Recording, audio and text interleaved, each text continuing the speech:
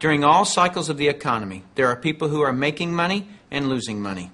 The makers are the ones in front of large trends. The losers disregard trends. How do you get in front of large trends? You study what creates them.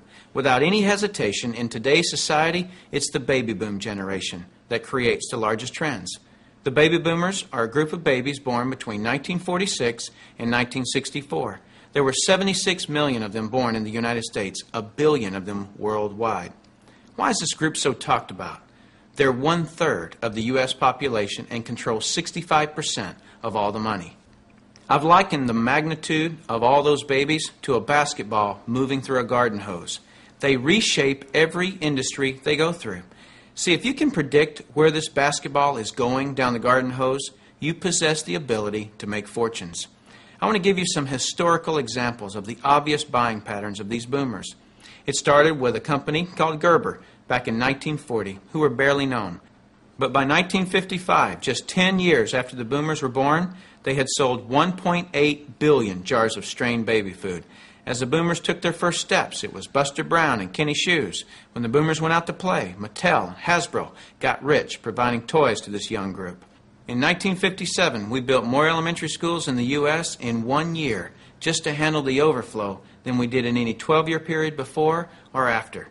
As the boomers went through their teens, Dairy Queen and McDonald's, Kentucky Fried Chicken became billion-dollar companies feeding the boomers. When the boomers moved through their 20s and 30s, which was in the mid-70s, what was the industry to be in? Real estate. Why? Because the boomers had heard from their parents one time too many, as long as you're living under my roof, you'll do as I say. So they wanted their own roof, which created a 15-year real estate boom. And people are still talking today about that great time frame to be in real estate. Then what happened to the real estate market in the late 80s? It began its decline. Why?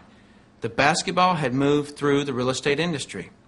Another example of this is the U.S. stock market. I heard a stock market analyst speaking on the radio the other day saying that he just couldn't believe that the stock market had had a 15-year rise. Notice the number 15 years keeps coming up. Why?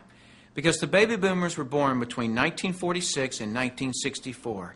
And so 18 years separates the front edge from the back edge, a very important number for you.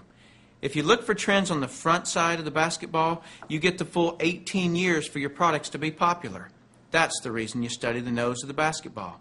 So your business, no matter what your business is to be looking at what industries are expanding or which industries are about to expand.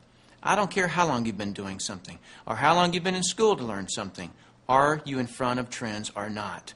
Don't have a loyalty to something just because you've been educated in it. So what are the next trends? Looking at the nose of the basketball right now, it's approaching 53 years old.